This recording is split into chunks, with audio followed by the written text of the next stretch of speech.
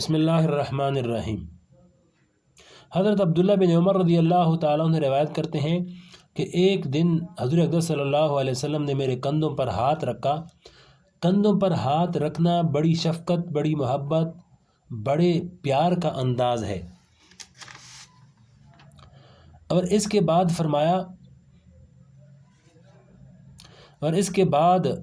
فرمایا دنیا میں اس طرح رہو جیسے اجنبی ہو یا راستے کے راہی اور مسافر ہو، یعنی جیسے مسافر سفر کے دوران کہیں کسی منزل پر ٹھہرا ہوا ہوتا ہے تو وہ یہ نہیں کرتا کہ اس منزل ہی کی فکر میں لگ جائے اور جس مقصد کے لیے سفر کیا تھا وہ مقصد بھول جائے۔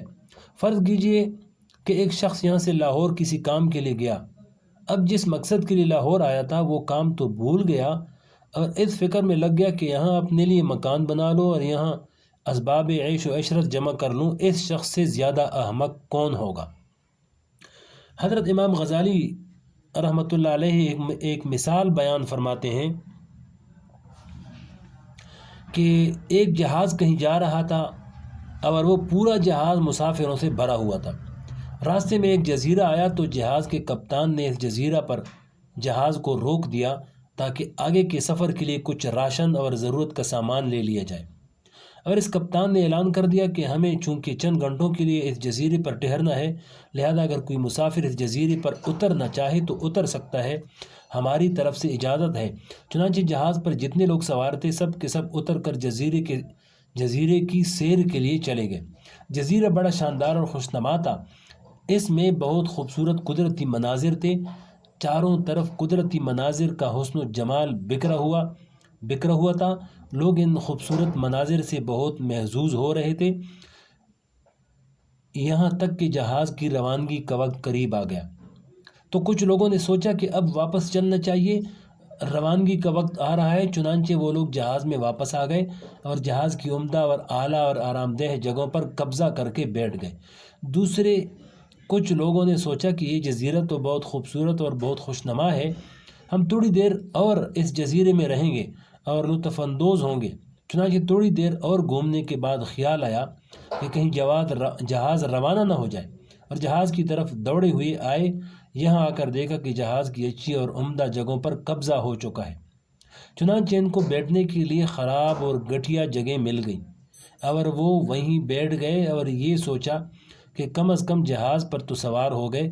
کچھ لوگ اور تھے، انہوں نے سوچا کہ یہ جزیرہ تو بڑا شاندار ہے، یہاں تو بہت مزہ آ رہا ہے، جہاز میں مزہ نہیں آ رہا تھا۔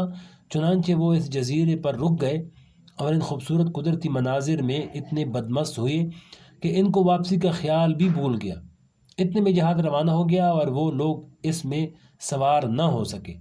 دن کے وقت تو وہ جزیرہ بہت خوشنما معلوم ہو رہا تھا اور اس کے مناظر بہت حسین معلوم ہو رہے تھے، لیکن جب شام کو سورج غروب ہو گیا اور رات سر پر آ گئی تو وہی خوبصورت جزیرہ رات کے وقت بے آنکھ بن گیا کہ اس خوبصورت جزیرے میں ایک لمحہ گزارنا مشکل ہو گیا۔ کہیں درندوں کا خوف، کہیں جانوروں کا خوف۔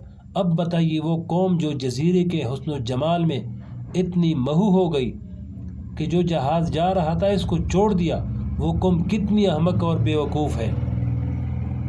یہ مثال بیان کرنے کے بعد امام غزالی رحمۃ اللہ علیہ فرماتے ہیں کہ اس دنیا کی مثال اس جزیرے جیسی ہے، لہذا اس دنیا میں دل لگا کر بیٹھ جانا اور اس کی خوشنمائیوں پر فریفتہ ہو جانا ایسا ہی ہے جیسے وہ قوم جو اس جزیرے کی خوشنمائیوں پر فریفتہ ہو گئی تھی، اور جس طرح اس جزیرے پر رہنے والوں کو ساری دنیا احمق اور بے وقوف کہے گی، اسی طرح اس دنیا پر دل لگانے والوں کو بھی دنیا احمق اور بے وقوف کہے گی۔